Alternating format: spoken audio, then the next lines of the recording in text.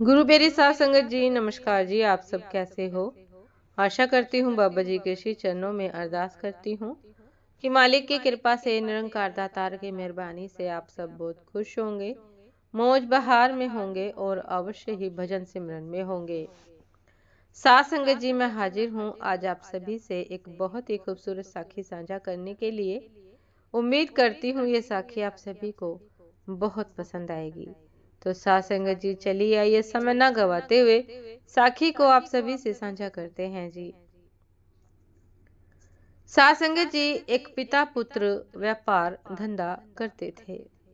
पुत्र को पिता के साथ कार्य करते हुए वर्षों बीत गए। उसकी उम्र भी 40 को छूने लगी थी।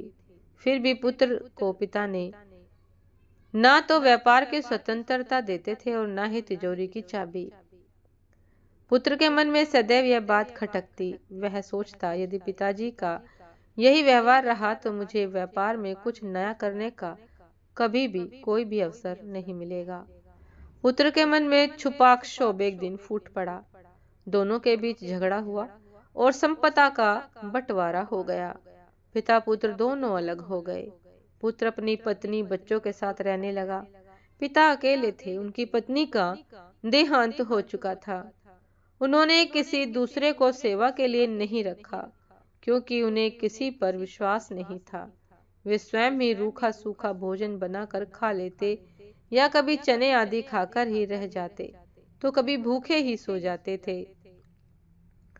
उनकी पुत्र वधू बचपन से ही सत्संगी परिवार से थी, सत्संगी थी। जब उसे अपने ससुर की ऐसी हालत का पता चला तो उसे बड़ा दुख हुआ, आत्मग्लानि भी हुई। उसमें बाल्यकाल से ही धर्म के संस्कार थे। बड़ों के प्रति आदर व सेवा का भाव था। सासंग जी, उसने अपने पति को मनाने का प्रयास किया, परंतु वे न माने। पिता के प्रति पुत्र के मन में सद्भाव नहीं था। अब पुत्र वधू ने एक विचार अपने मन में दृढ़ कर उसे कार्यान्वित किया। वह अपने पति व पुत्र को भोजन कराकर क्रमशः दुकान और विद्यालय भेज देती थी। अपने पति को दुकान पर और पुत्र को विद्यालय भेज देती। बाद में स्वयं ससुर के घर जाती, भोजन बनाकर उन्हें खिलाती और रात्रि के लिए भी भोजन बनाकर रख देती। कुछ दिनों तक ऐसा ही चलता रहा। जब उसके पति को पता चला तो उसने पत्नी को ऐसा करने से रोकते हुए कहा, ऐसा क्यों करती हो? बीमार पड़ जाओगी। तुम्हारा शरीर इतना परिश्रम नहीं सह पाएगा। पत्नी बोली, मेरे आदरणीय ससुर जी भूखे रहें, तकलीफ पाए और हम लोग आराम से खाएं पिए, यह मैं नहीं देख सकती। मेरा धर्म है बड़ों की सेवा करना, इसके बिना मुझे संतोष नहीं होता। उसमें भी तो मेरे भगवान का वास है, मैं उन्हें खिलाए बिना नहीं रह सकती। भोजन के समय उनकी याद आने पर मेरी आंखों में आंसू आ जाते हैं। उन्होंने ही तो आपको पाल पोस कर बड़ा किया है, तभी आप मुझे पति के रूप में मिले हैं। आपके मन में कृतज्ञता का भाव नहीं है तो क्या हुआ? मैं उनके प्रति कैसे कृतघ्न हो सकती हूँ? सासंगत जी, पत्नी के सुंदर संस्कारों ने, सद्भाव ने पति की बुद्धि पलट दी। उन्होंने जाकर अपने पिता के चरण छुए, क्षमा मांगी और उन्हें अपने घर ले आए। पत्नी पति दोनों मिलकर पिता की सेवा करने लगे। पिता ने व्यापार का सारा भार पुत्र पर छोड़ दिया।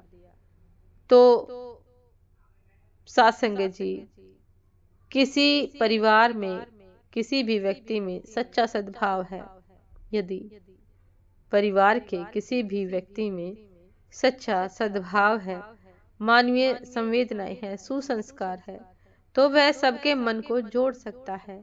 घर परिवार में सुख शांति बनी रह सकती है, और यह तभी संभव है जब जीवन में सत्संग हो, भारतीय संस्कृति के उच्च संस्कार हो, धर्म का सेवन हो। सासंगत जी, जीवन का ऐसा कौन सा क्षेत्र है जहाँ सत्संग की आवश्यकता नहीं है? सत्संग जीवन की अत्यावश्यक मांग है, क्योंकि सच्चा सुख जीवन की मांग है और वह सत्संग से ही मिल सकता है। तो सासंगत जी, कभी भी सत्संग को मिस मत करना, कोई भी बहाना मत लगाया करना। हमेशा सत्संग जाने के लिए तत्पर रहना, क्योंकि सासंगत जी, सत्संग हमारे जीवन को बदल कर रख देगा। साथ संगत जी, ये थी आज की एक बहुत ही खूबसूरत साखी। उम्मीद करती हूँ ये साखी आप सभी को बहुत पसंद आई होगी। यदि पसंद आई हो साथ संगत जी, तो लाइक कमेंट शेयर करना ना भूलिएगा। चैनल पर जो भी नए हैं कृपा करके सब्सक्राइब कर लीजिएगा, ताकि चैनल पर मिलने वाली सभी शब्द साखियों की अपडेट आप सभी को समय पर मिलती रहे। साथ संगत जी, आप हमें इंस्टाग्राम पर भी फॉलो कर सकते हैं। इंस्टाग्राम का लिंक डिस्क्रिप्शन बॉक्स में दिया गया है। तो साथ संगत जी, दासी को भी आज्ञा दीजिए।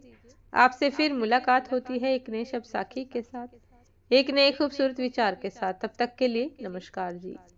सदा खुश रहिए, मुस्कुराते रहिए, भजन सिमरन अवश्य करते रहिए। नमस्कार जी।